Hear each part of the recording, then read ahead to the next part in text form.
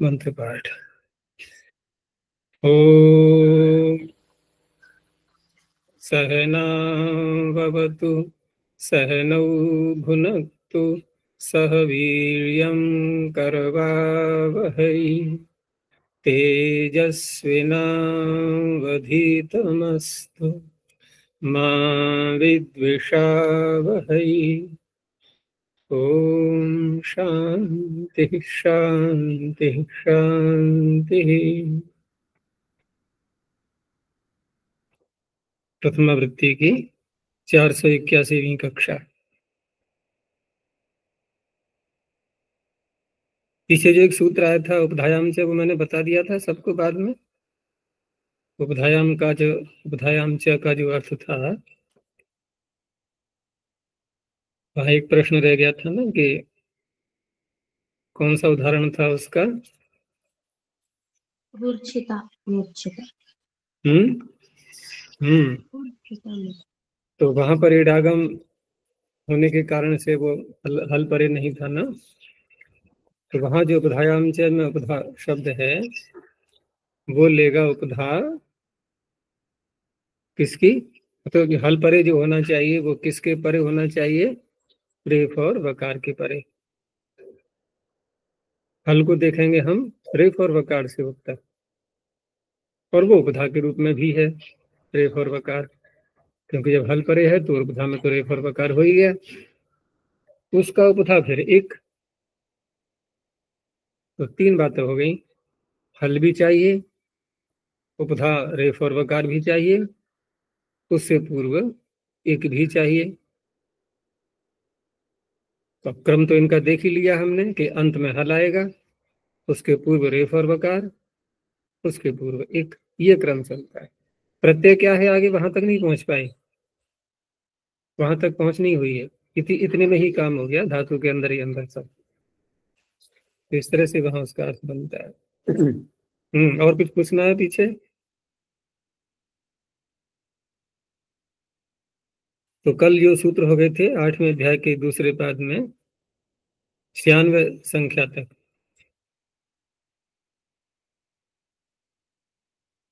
अंतिम जो सूत्र आया था अंगयुक्तम तिंगाकांक्षम। आगे है विचार्य माणा नाम। विचार्य माणा में एक ही पद है, षष्ठी बहुवचनांतम। अनुवृत्ति जो पीछे से आ रही है वाक्य से ते है लुतो उदात्त है, वही चल रहा है। तो विचार्य माण क्या होता है?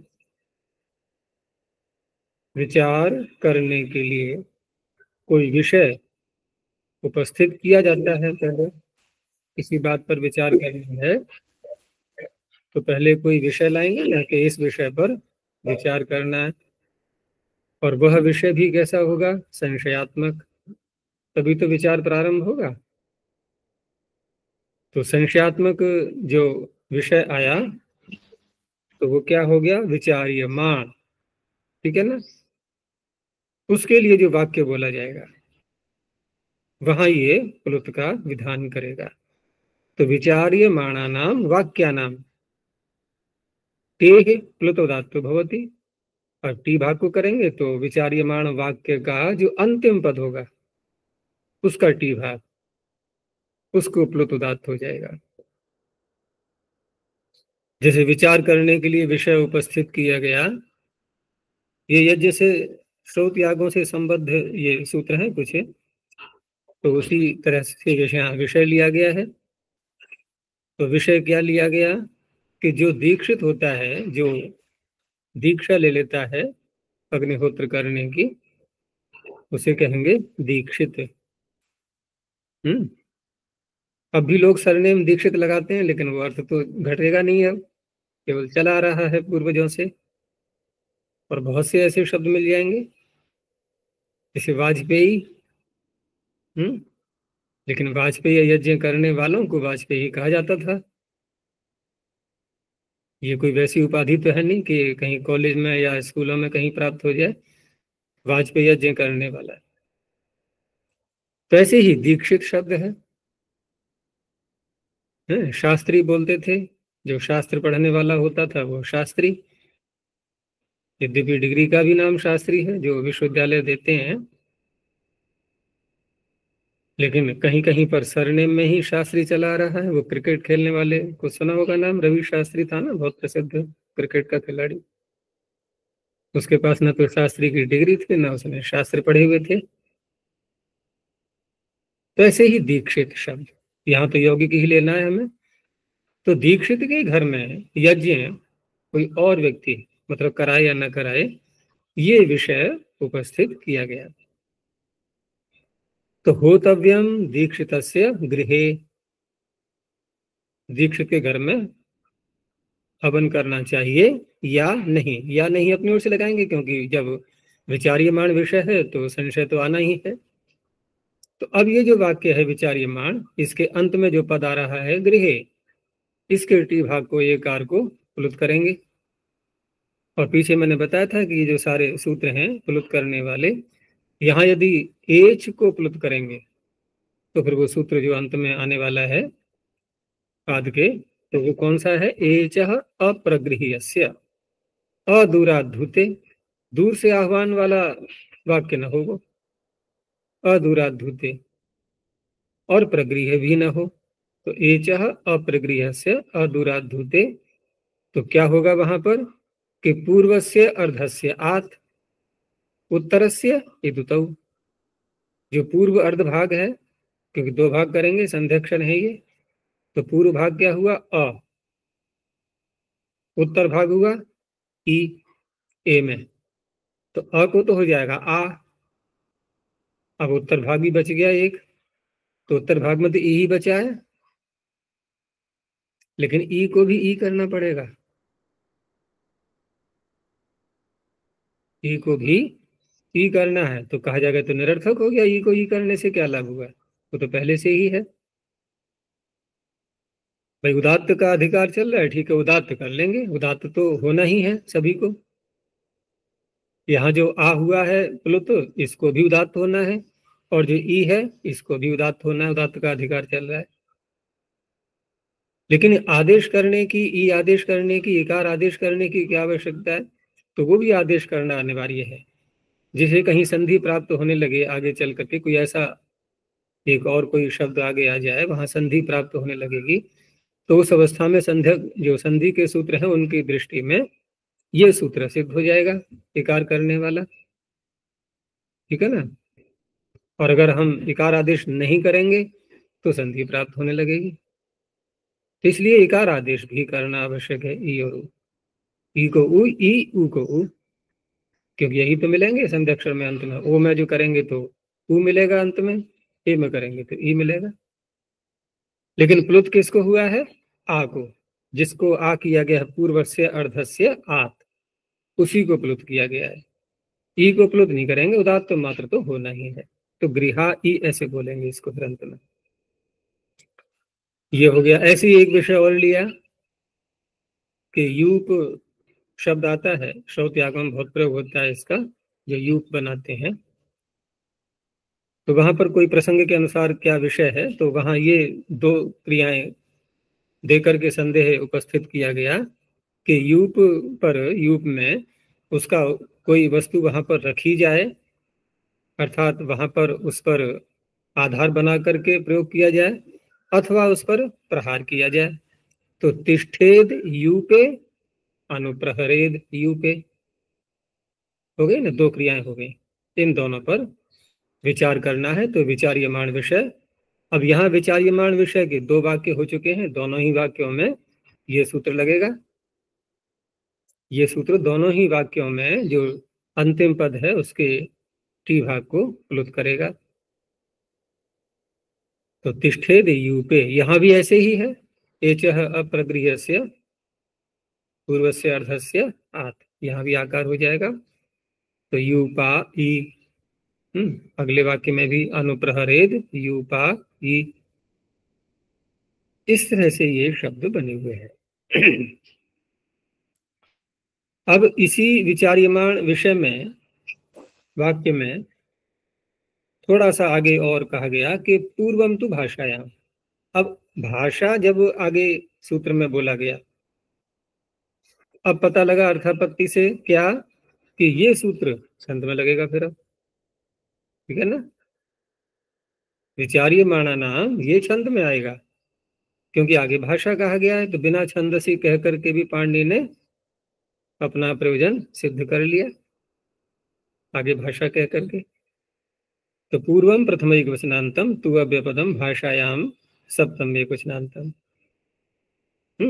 क्योंकि विचार्यमाण वाक्य में प्रायः दो वाक्य आते हैं, जैसे पीछे आया था तिष्ठे दीयूपे अनुप्रहरे दीयूपे।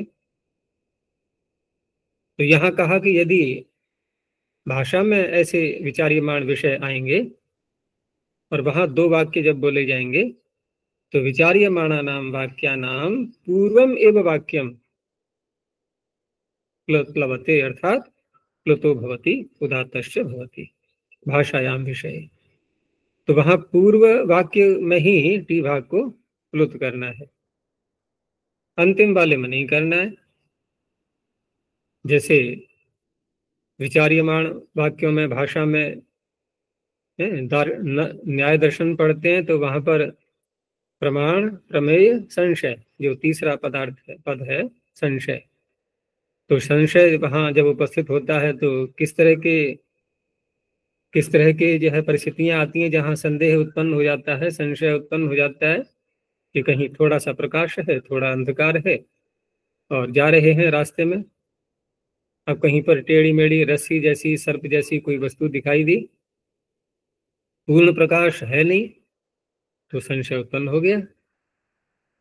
अब वहां पर यदि हम सावधान नहीं रहेंगे और हम उसको रस्सी समझ लें, निकले सांप, तो घातक हो सकता है हमारे लिए। तो वहां पर पहले विचार चल रहा है कि अहिर्नु रज्जुर्नु, ये अहि है अथवा रज्जु है, ये विचार्यमाण विषय हो गया। अब इन दोनों वाक्यों में पूर्व सूत्र से तो प्राप्त हो रहा था, क्योंकि छंदसी तो कहा नहीं वहां पर, तो भाषा कह करके पूर्व छंद में हो गया, ये भाषा में इसने विकल्प कर दिया, इसने पूर्व वाले को प्लुत किया है, दूसरे वाले को नहीं किया, वो जैसे जैसे का तैसा है वाक्य। तो अहिर्नु, यहाँ उकार को प्लुत दात हो गया। अब यहाँ नहीं लगाना एच ओ प्रगृहस्य है, क्योंकि यहाँ तो एच है ही नहीं। ऐसे ही दूसरा, वहां भी ऐसे ही है कि कहीं दूर दिखाई दे रहा है कि एक बड़ा सा ढेला पड़ा हुआ है। ढेला तो हमने बोल दिया, कुछ भी हो सकता है वहां, लेकिन वो ऐसा है कि वो ढेले का भी संदेह हो जाता है उसमें, और कबूतर बैठा है इसका भी संदेह हो जाता है। कबूतर की जितनी ऊंचाई होती है, इतना बड़ा ढेला भी हो सकता है, वो मिट्टी का ढेला।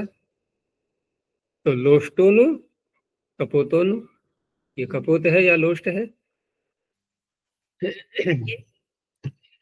तो इस तरह से यहाँ पर भी लोष्टोनु, ठीक है ना, यहाँ पर लुप्तदात हो गया।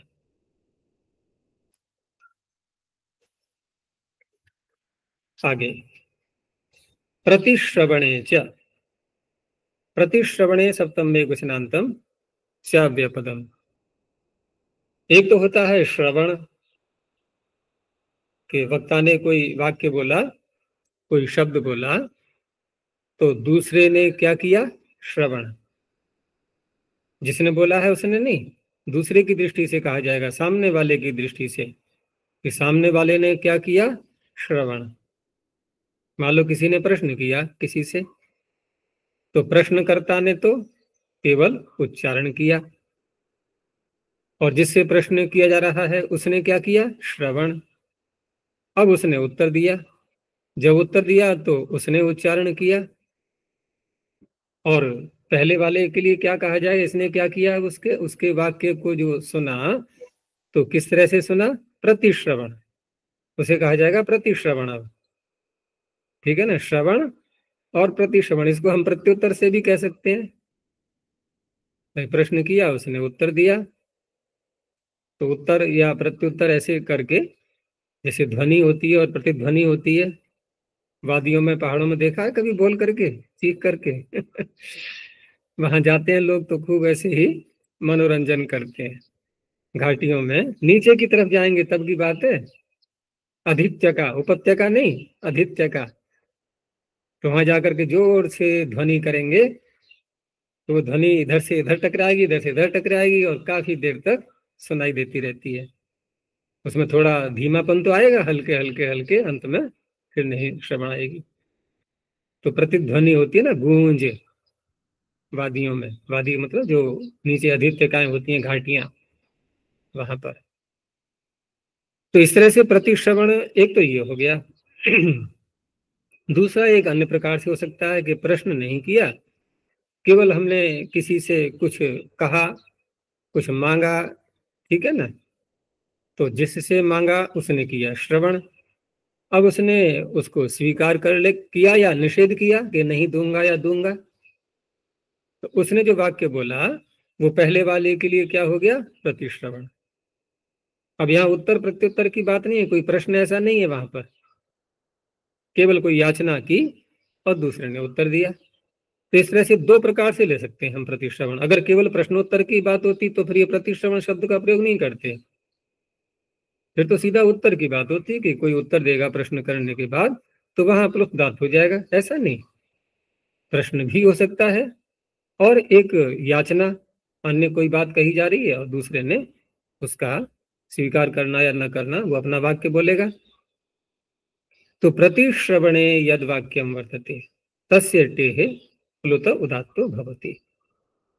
जैसे पहला दिया इन्होंने कि गाम में देहि भोः, सामने वाले से कहा जा रहा है कि आप मुझे गाय दान कीजिए, ठीक है ना, मैं देही, मुझे गाय दीजिए।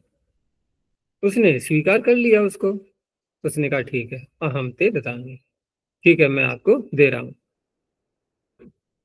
अब दे रहा हूं का तात्पर्य यहाँ पर दूंगा कहा जाएगा ना, हाँ ठीक है आपने मांगा है मैं दे दूंगा।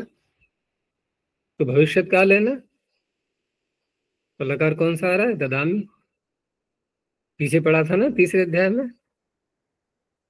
वर्तमान काले, वर्तमानकाले वर्तमानवद्वा।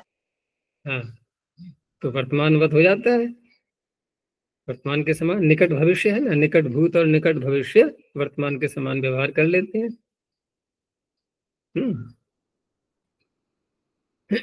तो ऐसे यहाँ पर है। तो यहाँ भी प्लुप्त हो गया है, लेकिन कौन से वाक्य में, श्रवण में या प्रतिश्रवण में? तो सूत्र ने क्या कहा, प्रतिश्रवण में। तो जो दूसरा वाक्य है उसमें देखना है हमें। तो ददामी इकार को प्लुप्त हो गया है।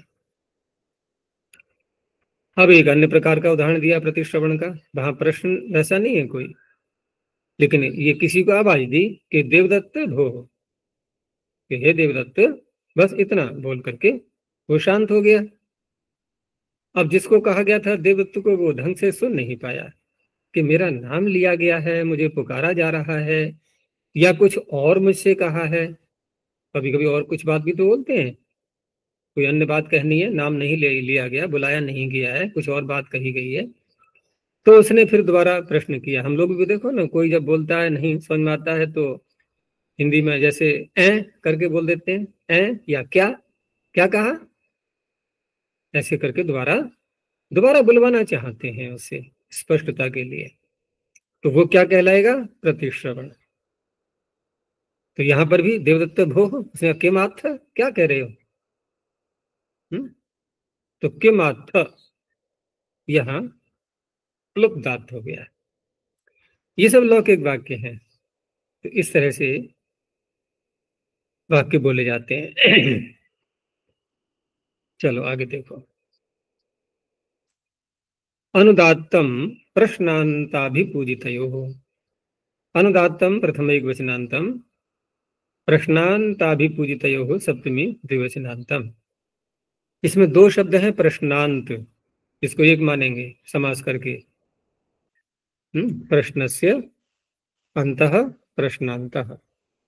अब प्रश्नांतः प्रश्न, क्योंकि वाक्य का प्रकरण चल रहा है, वाक्य से टेह प्लुप्तात्तः, तो प्रश्न से तात्पर्य यहाँ पर प्रश्न करते समय जो वाक्य बोला जाएगा प्रश्न करने के लिए, जिस वाक्य का अर्थ प्रश्न के रूप में आएगा, ऐसा जो वाक्य है उसका फिर अंत प्रश्नांत। दूसरा है अभिपूजित, तो अभिपूजित का तात्पर्य कोई ऐसा शब्द वाक्य में आएगा जिसमें कि दूसरे की प्रशंसा झलक रही होगी, ठीक है ना, कुछ उसके लिए श्रेय आदि वो प्रकट हो रहा होगा, तो उसे कहा जाएगा अभिपूजित। तो यहाँ पर प्रश्नांत और अभिपूजित, तो प्रश्नांत में जो वाक्य बोला जाएगा उसमें अंत शब्द जोड़ा है इन्होंने, तो अंत शब्द से तात्पर्य प्रश्न जब बोलेंगे तो वाक्य में अनेक पद होते हैं, तो उसमें कौन सा पद लेना है? अंतिम पद, ठीक है ना?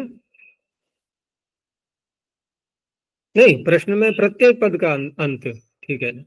प्रश्नांत का अर्थ हो गया प्रश्न के जो वाक्य, प्रश्न का जो वाक्य बोला जाएगा उसमें जिन पदों का उच्चारण होगा, ठीक है ना, जिन पदों का भी उच्चारण होगा तो वहां सर्वत्र। तो प्रश्न वाक्य यत् चरमं पदम प्रयुज्यते स प्रश्नान्तः, तस्मिन् प्रश्नान्ते अभिपूजिते अर्थे यद वाक्यम तत्र च विधीयमानः प्लुतः अनुदात्तो भवति न तु उदात्तः। अब तक क्या चल रहा था? अब तक जो अधिकार चल रहा था वो अधिकार देखा हमने किसका? उदात्त का। वाक्यस्य टेः प्लुत उदात्तः।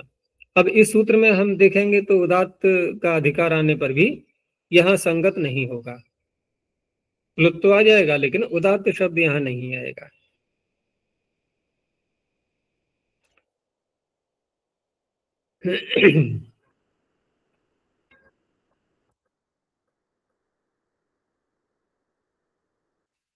नहीं, जो पहले मैंने अर्थ किया था वही सही है। प्रश्न करते समय जो वाक्य बोला जाएगा उसका अंतिम पद। अब अंतिम पद से तात्पर्य ये सूत्र कर रहा है अनुदात्त, ठीक है ना, ये सूत्र कर रहा है अनुदात्त। तो औरों में तो उदात्त रहेगा अन्य सूत्र से, लेकिन यहाँ अंतिम वाले में अनुदात्त रहेगा, ठीक है ना। जैसे यहाँ पर वाक्य आया अगमः पूर्वान ग्रामान अग्निभूते, ये अग्निभूते संबोधन में अग्निभूति का किसी का नाम है अग्निभूति, तो उससे प्रश्न किया क्या कि हे अग्निभूति, क्या अगमः पूर्वान ग्रामान, क्या पूर्व ग्रामों को गए थे? अगमः मध्यम पुरुष का है, ठीक है ना। क्या पूर्व ग्रामों को, पूर्व दिशा में जो ग्राम है वहां गए थे क्या? ये प्रश्न हो गया अग्निभूति से, इसलिए अग्निभूति का संबोधन बना अग्निभूते। अब अग्निभूते बन गया तो एच आ गया, तो फिर वही सूत्र आ गया ना, एच प्रगृह्यस्य। लेकिन उसने ये भी तो कहा था अदूरात् भूते, तो बुलाया थोड़ी जा रहा है यहाँ, वो तो पास में ही बैठा है। एक प्रश्न किया जा रहा है किसी अन्य बात के लिए, क्रिया के विषय में, कि वहां गए थे या नहीं गए थे। एक होता है दूर से बुलाना किसी को, और जो अन्य विषय है बाद में बताए जाएंगे, पहले बुला करके पास में तो ले आए उसको। तो ये दूर से आह्वान वाला विषय नहीं है, ये अग्निभूते संबोधन तो है, लेकिन संबोधन होने पर भी दूर से नहीं बुलाया जा रहा है, तो इसलिए उसने आकार कर दिया पूर्वार्ध को, और उत्तरार्ध में इकार आदेश हो गया। तो ये जो आकार किया गया था इसको उदात्त प्राप्त हो रहा था, इसने कर दिया अनुदात्त। अब यहाँ पर कैसे प्राप्त हो रहा था? तो आगे अभी सूत्र आएगा एक कि अनंत्यस्यापि प्रश्नाख्यानयोः, प्रश्न और आख्यान, ठीक है ना। हमारा यहाँ क्या था? ये प्रश्न, आख्यान का नहीं है विषय। ये प्रश्नांताभिपूजितयो में प्रश्न वाली बात आ रही है वाक्य में, तो वो सूत्र क्या कहता है कि जो अंत में नहीं है, क्योंकि वाक्य से टेह प्लुदात्त है, वाक्य के अंत भाग को ही तो ले रहे थे अभी तक हम, लेकिन वो कहेगा आगे जाकर के कि प्रश्न का यदि वाक्य है तो वहां पर जो अनंत हैं, जो अंत में नहीं है, उन सब पदों के टी भाग को, उन सब पदों के टी भाग को वो क्या करता है? वो करता है स्वरित। अब देखो अभी तक हम उदात्त का हमारा अभ्यास बना हुआ है, अब यहाँ पर ये अनुदात्त फिर स्वरित ऐसे चलेंगे आगे चल करके।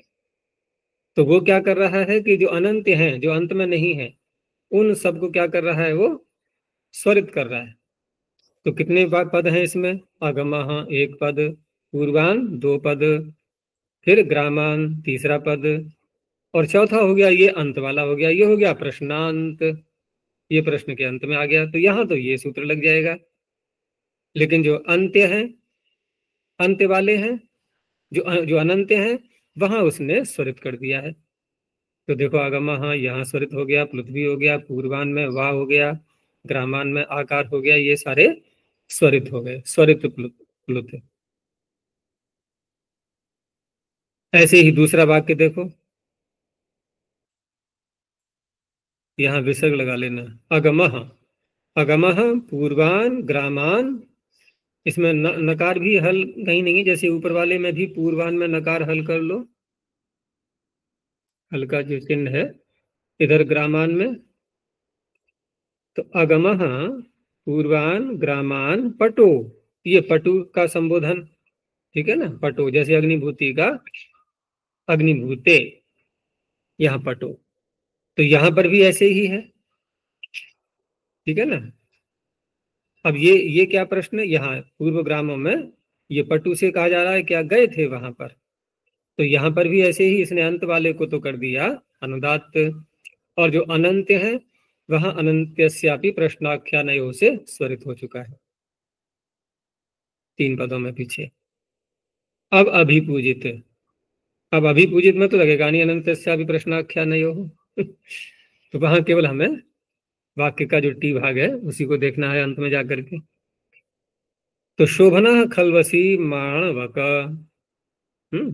अब यहाँ अभिपूजित विषय कैसे बन रहा है, क्योंकि शोभन शब्द आ गया ना एक, शोभन उसका जो भी है बच्चे को माणवक को अच्छा बताया जा रहा है कि बहुत अच्छा कोई कार्य उसने किया, तो हम दूसरे को शाबाशी देते हैं, ठीक है ना, उसकी पीठ थपथपाते हैं, उसको अच्छा बताते हैं, तो वहां जो शब्द आ गया इसमें शोभन, कि शोभना खलवसी माणवक, बहुत बहुत बहुत अच्छा माणव, बहुत अच्छे बच्चे।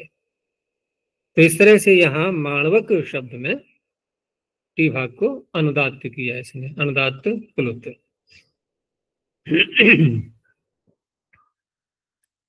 अब यहाँ प्राप्त क्या था वैसे, क्योंकि ये तो माणवक में तो दूर ही है ये बच्चा, और वहां पर दूरा धूते च से वहां प्लुत की उदात्त की प्राप्ति हो रही थी, दूरा धूते च सूत्र से, या इसने उसको अनुदात्त कर दिया है। आगे देखो, चिद इति च उपमार्थे प्रयुज्यमाने, चित अव्ययपदम इति अव्ययपदम च अव्ययपदम उपमार्थे सप्तम एक वचनांतम प्रयुज्यमाने सप्तम एक वचनांतम। अब यहाँ भी अनुदात्तम ही आ रहा है ऊपर से, ये 3 सूत्रों तक जाएगा, और यहाँ एक शब्द लिया, कौन सा, चित, लेकिन चित्त को किस रूप में ले रहे हैं, तो साथ में कहा उपमार्थे, उपमा के अर्थ में, इसका तात्पर्य, क्योंकि अव्यय तो अनेक अर्थों में होते ही हैं निपात, तो उपमा के अर्थ में जब इसका प्रयोग किया जाएगा उस अवस्था में यह सूत्र लगेगा। तो चित इत्येतस्मिन् निपाते उपमार्थे प्रयुज्यमाने वाक्यस्य टेः अनुदात्तः प्लुतो भवति, वाक्य जो बोला जाएगा उसमें चित शब्द का प्रयोग होगा, और वह चित, ठीक है ना, वह चित कैसा होगा, वह उपमा के अर्थ को बोलेगा वाक्य में, जैसे अग्निचित भायात, अग्नि के समान चमके, भादीप्त। किसी को आशीर्वाद जैसे दिया जाए या ऐसे वाक्य बोले जाते हैं, तो वहां पर गुणों का उत्कर्ष उसके अंदर आए, तो वहां उत्कर्ष को कहने के लिए कहा अग्निचित, अग्नि के समान, अग्नि के समान, और अग्नि जल रही है वो जलेगा नहीं, वहां अग्नि के समान प्रदीप्त हो, दीप्त हो, अर्थात उसकी ख्याति, उसकी कीर्ति, उसका यश सर्वत्र फैले। तो भायात कौन सी गण की है, पदादि गण है ना, सबका तो लुक हो जाएगा, विधिलिंग का है ये, तो भायात, ठीक है ना, यासुट का या दिखाई दे रहा है, तो अग्निचित भायात। ऐसे ही राजचित भायात, यहाँ भी चित समान अर्थ में, उपमा के अर्थ में आ रहा है, राजा के समान प्रदीप्त हो, चमके, प्रकाशित हो, तो यहां पर भी इसको अनुदात्त हो गया। अब यहाँ किसी अन्य सूत्र को नहीं लाएंगे हम कि किसी से उदात्त की प्राप्ति हो रही हो, ऐसा नहीं है, यहाँ किसी से भी कुछ भी प्राप्त नहीं था, किसी ने ही अनुदात्त प्लुत का विधान किया है। आगे उपरी इति क्यों है आचार्य? इति चित इति, तो उसका स्वरूप बता दिया है।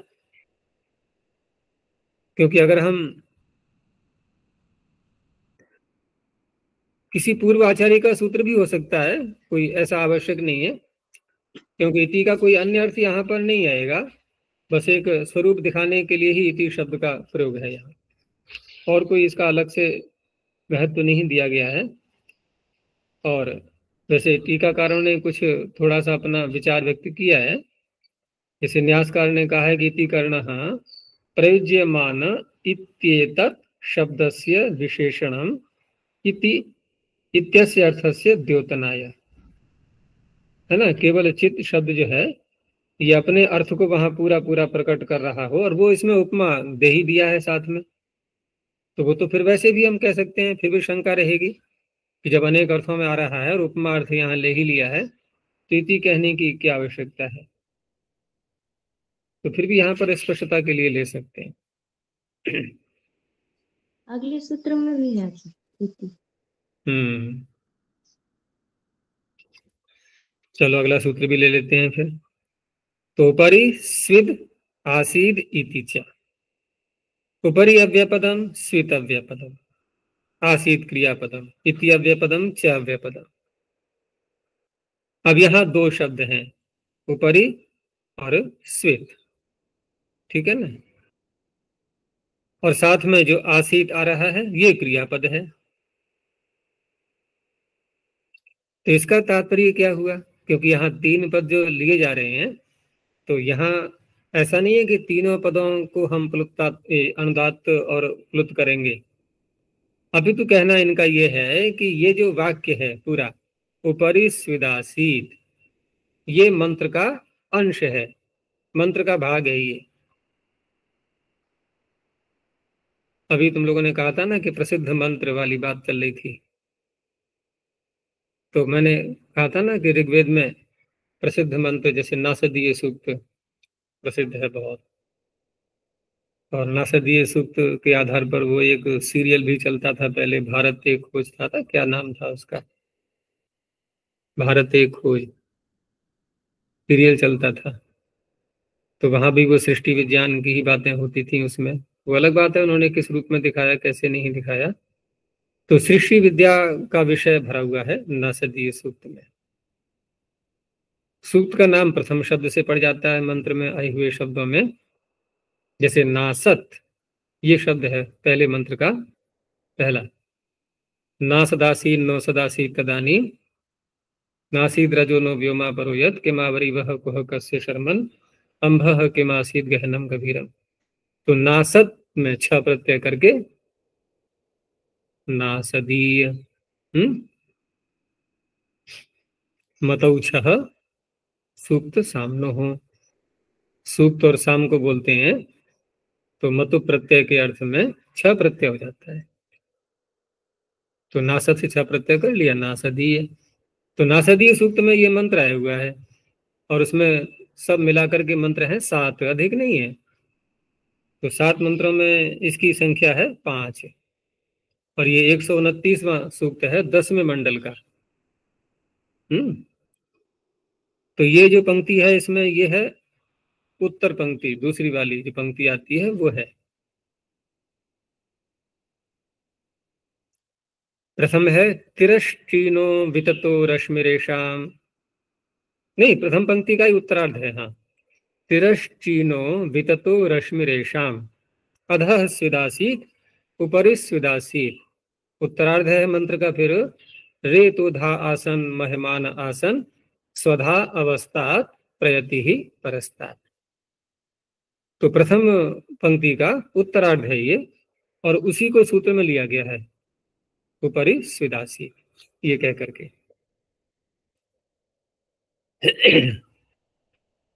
तो उपरि स्विदासीत इत्येतस्य टेह अनुदात्तः प्लुतो भवति। तो पूरा जो शब्द है यहाँ पर, पूरा जो वाक्य लिया है मंत्र का, उसमें अंतिम को अनुदात्त हो जाएगा, प्लुत हो जाएगा। तो अधः स्विदासीत उपरि स्विदासीत। तो दो जगह आया है आसीत शब्द, लेकिन मंत्र में जो दिया गया है वो ऊपरी सुदासित वाला लेना है, अधः सुदासित वाला नहीं लेना।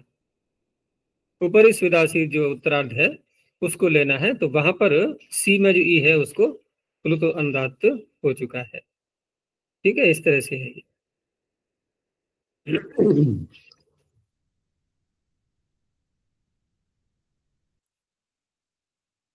अब यहाँ पर जो अन्य जैसे है ये वाक्य जो पूरा बन रहा है ये कैसा है, जैसे पीछे आया था ना कि उसके दीक्षित के घर में यज्ञ करना चाहिए नहीं करना चाहिए, विचार्य माणा नाम। तो विचार्य माणी तो विषय हो गया ये। अब ये विचार्य माणी ही विषय हो गया कि ये जो प्रकृति है सारी जिससे परमात्मा ने संसार बनाया, ये परमात्मा से क्या उत्कृष्ट है या कि निकृष्ट है, यानी कि उसके ऊपर है या उसके नीचे है, अर्थात उससे कम है या उससे अधिक है, अर्थात इसका महत्व उससे कम है या उससे अधिक है, कहने का तात्पर्य है। तो विचार्यमाण विषय हो गया। तो विचार्यमाण नाम सूत्र यहाँ लग रहा था, ठीक है ना। तो अब वो यहाँ पर अंत वाले में तो लग नहीं पाएगा, उसने तो वहां अनुदात्त कर दिया है। तो पूर्व वाला जो भाग है आसीत, वहां उसने प्लुत कर दिया है, प्लुत उदात्त उसने उदात्त कर दिया, इसने अनुदात्त कर दिया है अगले वाले को। आगे देखो, स्वरित मामृडते सुया सम्मति कोप कुत्सनेषु, ऐसा ही एक सूत्र पीछे आया था ना, कौन सा है? वाक्यादेर आमंत्रितस्य। हाँ, वाक्यादे था, है ना, वाक्यादेर आमंत्रितस्य। यहाँ इतना अंश यहाँ है स्वरित मामृडते, लेकिन आगे वाला भाग एक सा चल पड़ता है फिर।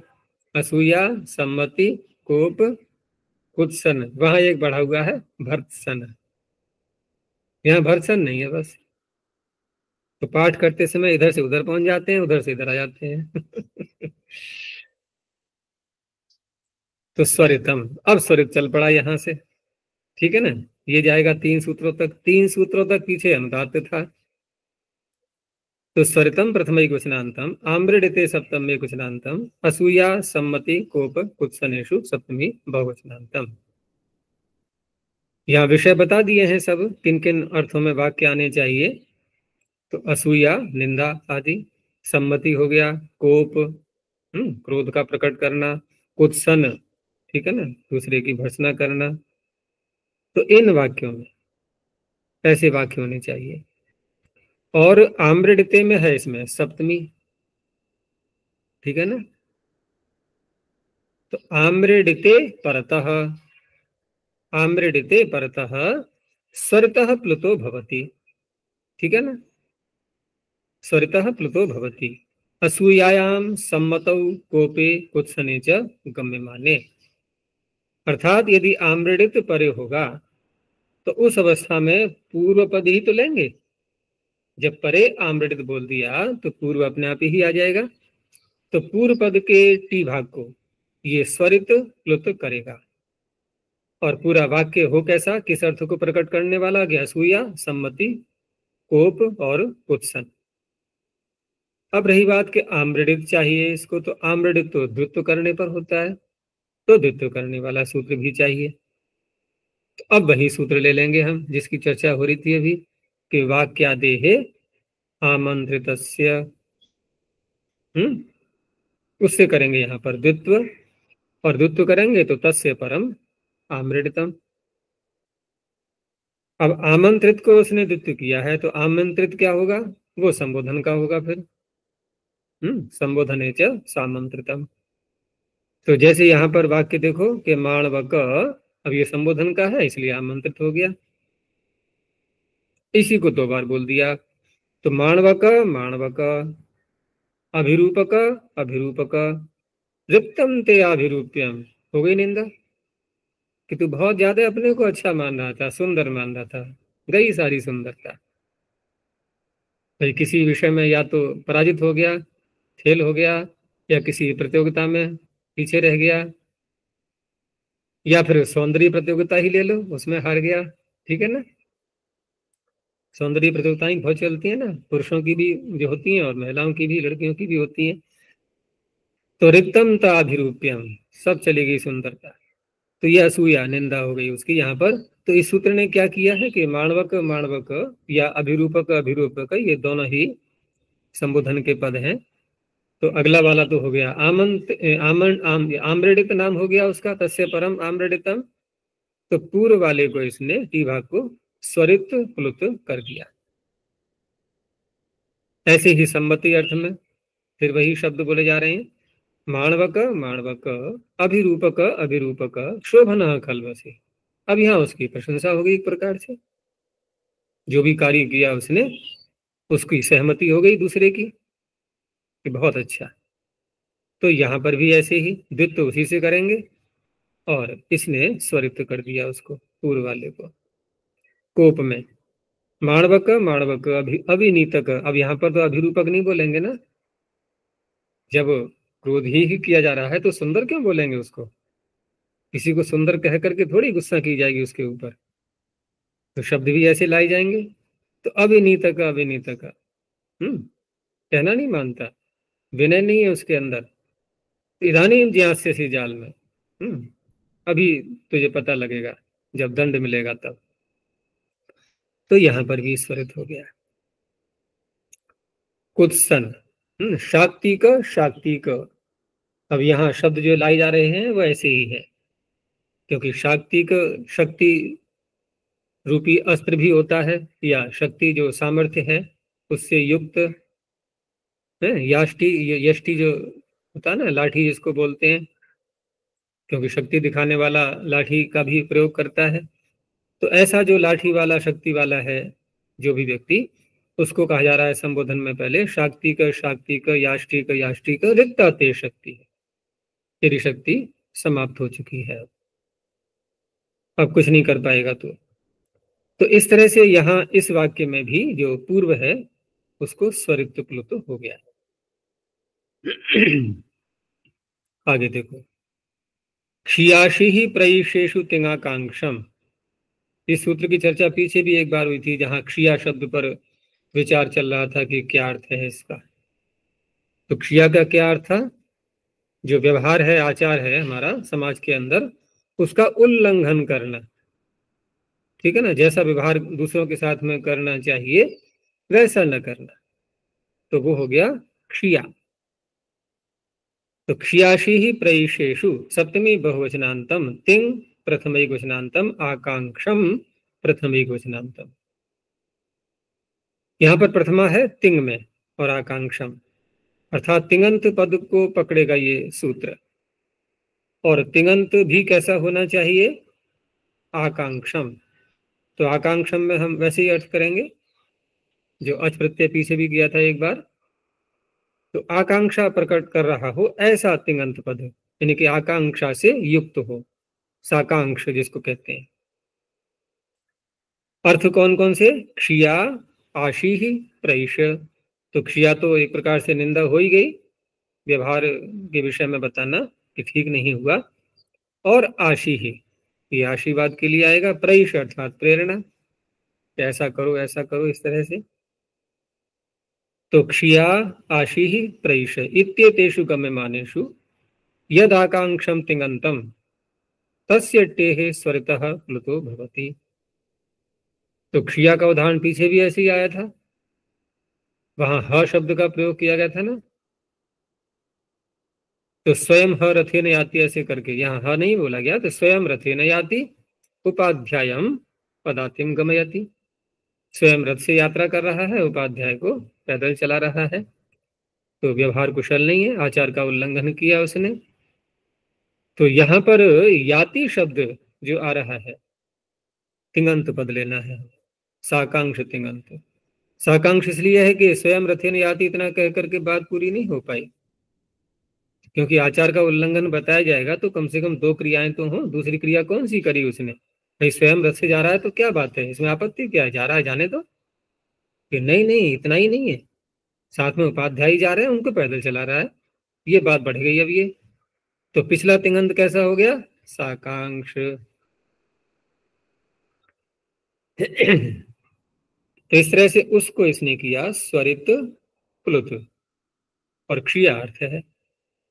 ऐसे ही स्वयं उदनम भुंक्ते उपाध्यायम सक्तून पाययति, ऐसा ही उदाहरण पीछे आया था। तो यहां पर भी स्वयं ओदनम भुंक्ते, अब इतना ही कहेंगे तो साकांक्ष नहीं हुआ ये, लेकिन आगे और भी कुछ बात बोलनी है, आचार का उल्लंघन बताना है, तो अगली क्रिया भी आएगी। अब ये साकांक्ष बन चुका है, तो यहां भी स्वरित प्लुत हो गया। आशीष में किसी को आशीर्वाद दिया जा रहा है, तो सुतांश्च लप्सिष्ठा धनम च तात। तात किसे कहते हैं? पिता। पिता। एक प्रेम का शब्द है संस्कृत में, अगर देखा जाए इसको तो। वैसे पिता को भी कहते हैं तात, लेकिन पिता को कहेंगे वो कोई प्रेम वाचक नहीं, वो तो एक सम्मान का अलग शब्द हो गया। लेकिन अन्यत्र कहीं जब बोलेंगे, जैसे गीता में भी तो देखो भरमार होगी इस तात की, है ना।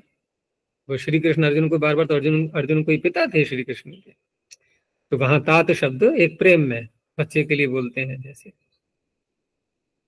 तो छोटे के लिए तात बोल देते हैं, ऐसे यहाँ पर है। तो तात बच्चे से कहा जा रहा है, या जिसको भी आशीर्वाद दे रहे हैं उससे, कि सुतांश लप्सिष्ठा, संतान को और धन को प्राप्त करो।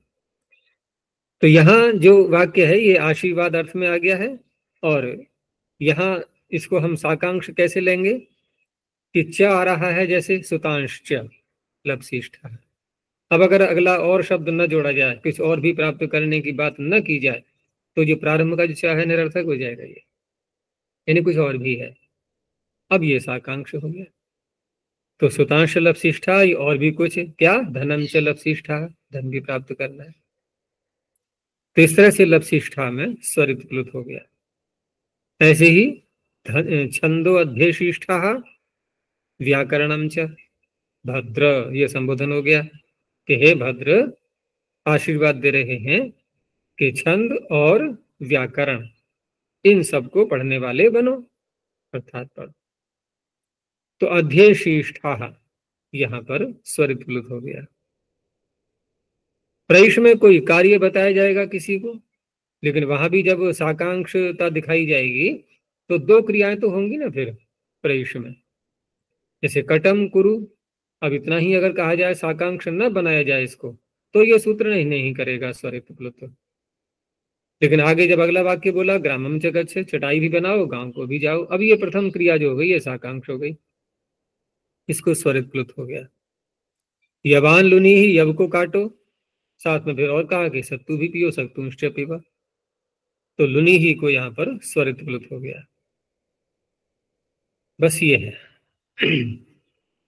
अगला सूत्र इसको पीछे समझा था हमने अभी। तो अनंत्यस्यापि प्रश्नाख्यानयोः, अनंत्यस्य षष्ठी वचनान्तम अपि अव्यपदम प्रश्नाख्यानयोः सप्तमी द्विवचनान्तम। प्रश्न और आख्यान, तो प्रश्न का तो हमने पीछे देखा ही था उदाहरण, वैसा ही यहां पर आ जाएगा।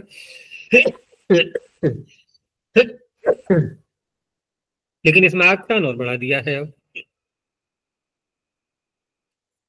तो आख्यान में क्या होगा, जब प्रश्न के साथ में आख्यान बोल रहे हैं तो ठीक है, एक वाक्य हो गया प्रश्नात्मक, लेकिन प्रश्न जिससे किया गया है, तो प्रश्न तो इसलिए किया जाता है ना कि दूसरे का उत्तर भी सुनना है हमें, या इसलिए बोले करेंगे प्रश्न के उत्तर से हमें कोई लेना देना नहीं, फिर तो प्रश्न का कोई महत्व ही नहीं रहा। तो जब दूसरा उत्तर देगा वो क्या हो गया, उसका आख्यान, स्वीकारोक्ति। भाई उत्तर जो है, जैसा प्रश्न उसी के आधार पर उसी विषय में उसको उत्तर भी देना है कि ये कार्य किया या नहीं किया था, जैसा भी है। तो ये सूत्र दोनों में लगेगा, प्रश्न में भी आख्यान में भी। पीछे जो आया था प्रसंग वहां प्रश्न वाली बात थी, केवल आख्यान की नहीं थी। तो प्रश्ने आख्याने च वाक्यस्य अनंत्यस्यापि, अब अपि लगाया है तो फिर और क्या बोलना पड़ेगा, अब अंत्यस्यापि। ये पीछे भी शैली ऐसी ही करते आए हैं हम लोग, जहां भी अपि आता है वहां दो बातें आ जाती हैं, फिर उसके सहित भी उसके रहित भी। तो अनंतस्यापि अंत्यस्यापि पदस्य टेह स्वरतः प्लुतो भवति। तो प्रश्न तो वैसे ही जैसे पीछे उठाया गया था वैसा ही वाक्य है, देखो अगमः पूर्वान ग्रामान अग्निभूते। फिर पटु से भी ऐसा ही प्रश्न किया गया था, पटो। यहाँ दोनों एक साथ बोल दिए इन्होंने, दोनों इन्होंने एक साथ बोल दिए।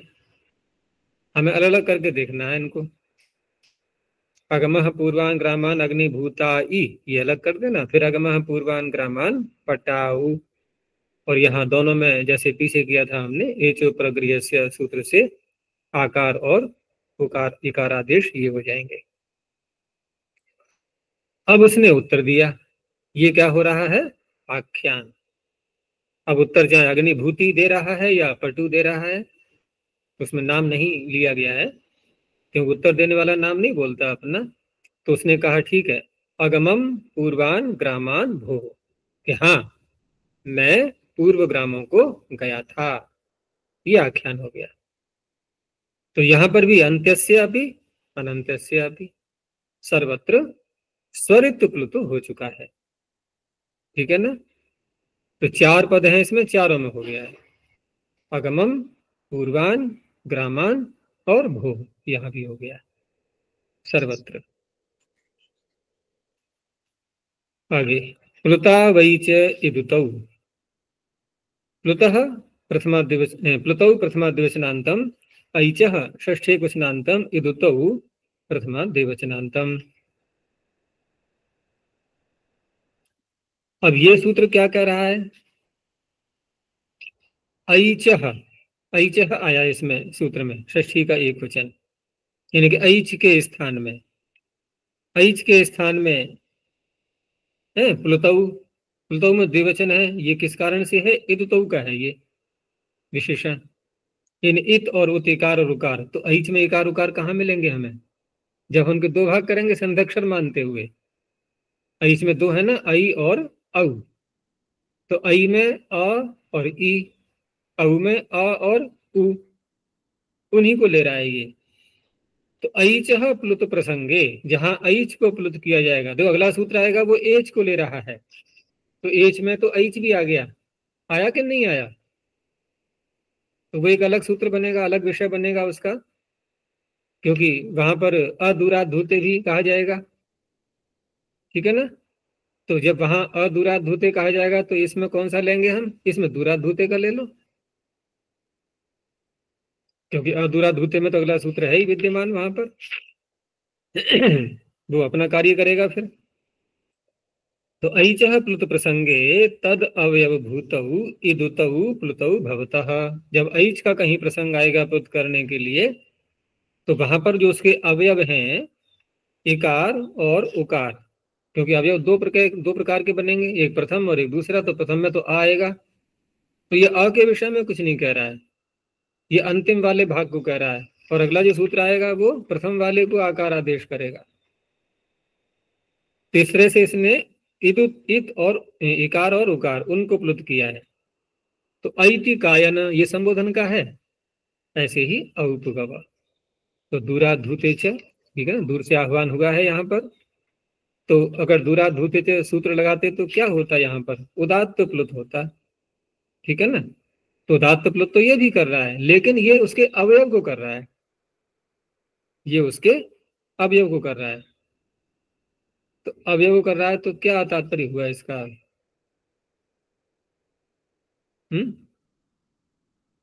अगर अवयव को न करें, ऐसे ही रहने दें, तो क्या हो जाएगा? तो क्या हो जाएगा? हम्म, यहाँ जो प्लुत किया गया है ये किसको किया गया है? अंतिम भाग को, प्रथम भाग को नहीं किया गया है। तो और वैसे ही बोलते समय जब संबोधन में बोलते हैं और हमारा जो उच्चारण होता है जोर से होता है, क्योंकि उदात्त है तो जोर से ही तो करेंगे उस अवस्था में। तो जोर से बोल के धीरे बोलते हैं या पूरा बोल करके जोर से बोलेंगे? अंतिम को जोर जोर कहाँ लगेगा हमारा? जो उच्चता आएगी ध्वनि में वो अंत में ही तो आती है जा करके। कैति कायना, लेकिन यहाँ तो किसको कहा जा रहा है? ये आई को। तो बहुत से शब्दों में ऐसा होता है कि हम जब किसी का नाम पुकारते हैं तो अंत वाले पे जोर नहीं लगाते। वहां पर जैसे देवदत्त को बुलाना है तो देवदत्त, आगे वाला तो हल्के से बोल दिया, दूसरे को सुनाई पड़ा नहीं पड़ा, लेकिन दे पे एक आर पे जोर हो गया नहीं हो गया? तो नाम में देखा जाता है कि कहीं पर कोई अगर गुरु वर्ण है तो उस पर जोर प्रायः हो सकता है अगर प्रारंभ में आ रहा है तो। अब किसी का नाम ऐसा है कि प्रारंभ में जो जो वर्ण आ रहे हैं वो सब लघु हैं, ह्रस्व हैं, तो फिर अंत वाले पर ही यह है उच्च ध्वनि जाएगी, प्रारंभ वालों पर नहीं जाएगी। अब यहाँ क्योंकि आई और औ ये गुरु है यहाँ पर, तो यहाँ यहाँ उच्चता आ सकती है, तो उसी को इसने किया है प्लुतदात, और वो भी अंत वाले को। बस इतना ही तात्पर्य है इसका।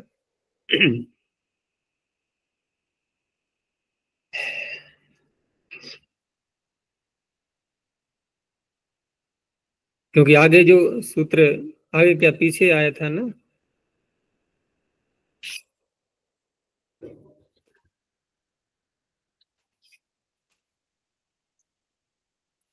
पीछे आया था ना, गुरोर अनृतो अनृतस्याप्येकैकस्य प्राच्याम। गुरोः अनृतः, गुरु होना चाहिए, ऋकार होना नहीं चाहिए था, तो यहाँ ऐ और औ ऐसे ही तो है, तो यहाँ इनको पूरे को प्लुतो से प्राप्त हो रहा था, बस उसके अपवाद के रूप में है ये, और यहाँ इसने किया है उसके एक भाग को। अब अगला सूत्र, इसका अर्थ तो हम कई बार पढ़ ही चुके हैं। तो एचः अप्रगृह्यस्य अदूराद्धूते पूर्वस्यार्धस्यादुत्तरस्ये दुतौ।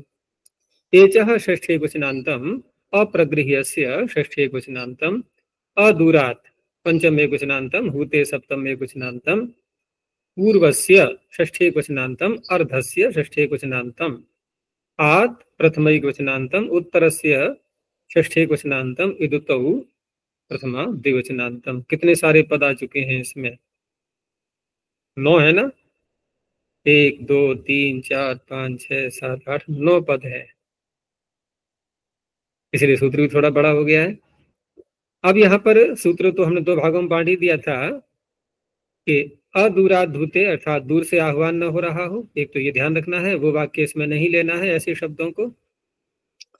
और दूसरा जो एच है वो कैसा होना चाहिए, अप्रगृह्य, ठीक है ना।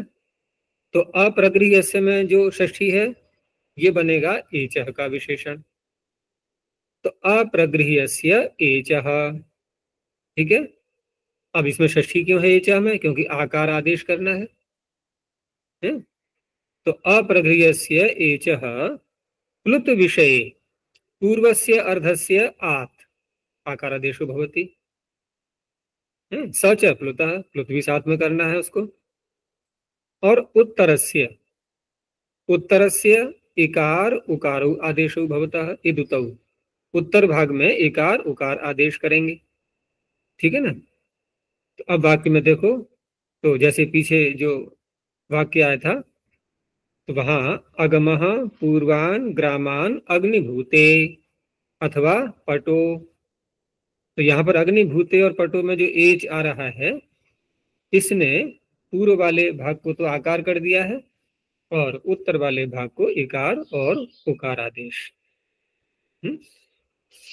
ऐसे ही भद्रम करोषि माणवक अग्निभूते है, और पटो तो अग्नि पटाऊ, तो यहाँ पर भी ऐसे ही है। ऐसे ही होतव्यम दीक्षितस्य गृहे, ये पीछे हम देख चुके हैं, सब उदाहरण वही आएंगे पीछे के। और आयुष्मान एधि अग्निभूता ई पटाऊ, और एक दिया है उक्षान्नाय वशान्नाय सोम पृष्ठाय वेधसे, ये तो मंत्र का अंश दे दिया है पूरा। यहाँ जो सूत्र लगेगा वो कौन सा भाग है, स्तोमयिर विधे माग्नये, तो अग्नये, अग्नय में जो एकार है उसके 2 भाग करके, तो ये उसका याज्ञान्तः, याज्ञान्तः सूत्र का विषय था यहाँ पर, ठीक है ना। तो अग्नये यहाँ पर अग्नया ई, इस तरह से इसने 2 भाग करके, पूर्व को आकार उत्तर को इकार।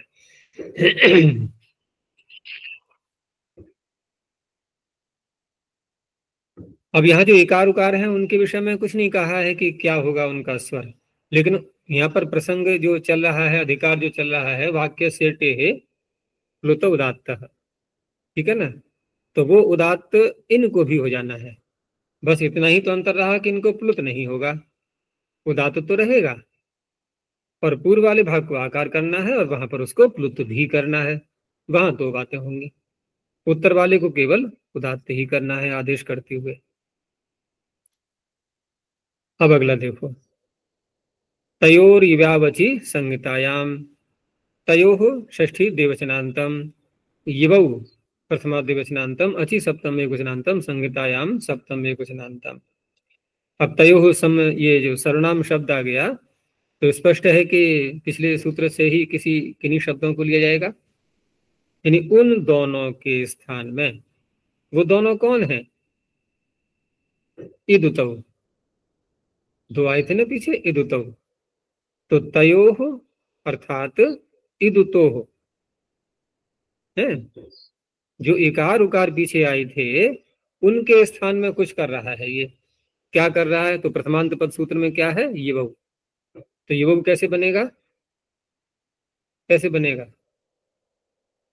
ई और उ मिला करके?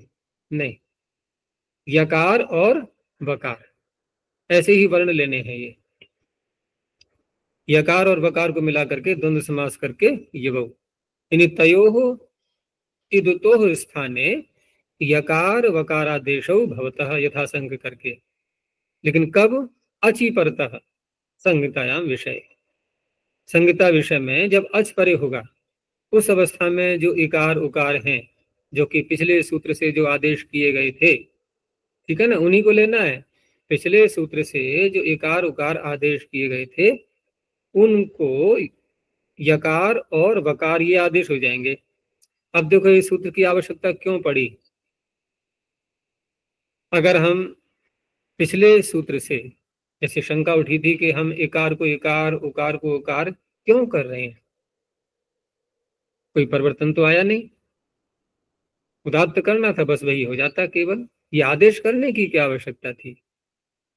तो वहां यदि हम ऐसा ही रखें, आदेश न माने और पूर्वार्ध को कर दिया हमने आकार, जैसे अग्ना, अग्ने है ना, अग्ने आशा। अब अग्नि आशा में अग्नि को क्या किया हमने?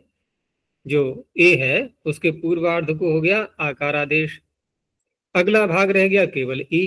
तो अग्ना ई आशा, तो ये केवल चिन्ह लग जाएगा, हम तो हो गया। लेकिन अब क्योंकि जो पीछे से हमने इकार उकार आदेश भी कर दिया है, तो अब पता लग रहा है कि जब एक लगने आया तो वो तो यह सिद्ध हो गया, असिद्ध हो गया ना। तो कैसे करें अब वो कर देगा यणादेश? नहीं कर पाएगा। क्या दिखाई देगा एक को? उसको तो ए दिखाई देगा ना, उसको तो ए दिखाई देगा सीधा, जहां ओ है वहां ओ दिखाई देगा। उसको इकार उकार नहीं दिखाई देंगे, इकार उकार तो इसने किया ना दो टुकड़े करके उसके। इसलिए इस सूत्र से अच पर रहते यकार वकार विधान किया गया है। यकार वकार यण ही तो है देखा जाए तो, इकार के स्थान पर यकार, उकार के स्थान पर वकार, यही तो करता है एक चीज। तो इस सूत्र से करना पड़ा है ये। तो अग्ना याशा, पटा वाशा, पटो आशा, पटा वाशा, ठीक है। ऐसे ही अग्ना इंद्रम, अग्ने शब्द था ये, तो अग्ना ई इंद्रम, इकार को यकार हो गया, अग्ना इंद्रम। ऐसे ही पटो उदकम, तो पटा उ उदकम, तो ऊ को हो गया वकार, पटा उदकम। इस तरह से बने हुए हैं ये। अब यहां देखें अगर हम, तो अग्ना ई इंद्रम, और इस सूत्र से यदि ये वकार न करें, यकार या वकार न करें, तो क्या होगा फिर? अकह सवर्ण दीर्घ लगा सकते हैं अब? नहीं लगेगा ना, क्योंकि असिद्ध हो जाएगा। असिद्ध हो जाएगा कि नहीं? उसको तो फिर एकार ही या ओकार ही दिखाई देंगे। तो इसलिए पिछले सूत्र से ये आदेश करने पड़े हैं। तो ये जो सूत्र है ना, पिछले सूत्र से जो आदेश कर लेंगे हम तब ये लगेगा, उससे जुड़ा हुआ सूत्र है ये। तो इस तरह से यहाँ तक जो है ये पूरा कार्य समाप्त हो गया। यहाँ जो संहितायाम शब्द सूत्र में आया था, अब ये संहितायाम यहाँ दे करके इन्होंने जो अंतिम जो आगे जो तीसरा पाद आ रहा है, पूरे तीसरे पाद में जाएगा ये, ठीक है ना। संहितायाम जो है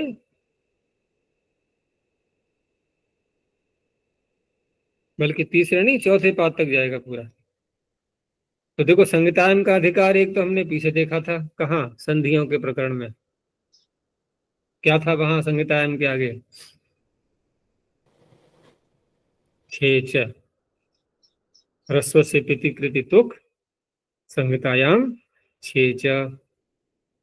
तो संधि के प्रकरण में चला था ना संहितायाम शब्द वहां पर, यहां भी संहितायाम आ रहा है और इसका अधिकार जाएगा अगले दोनों पादों में, वहां इसका प्रयोजन पता लगेगा। बस यहीं तक रखते हैं। प्रणोध्वनि। ओ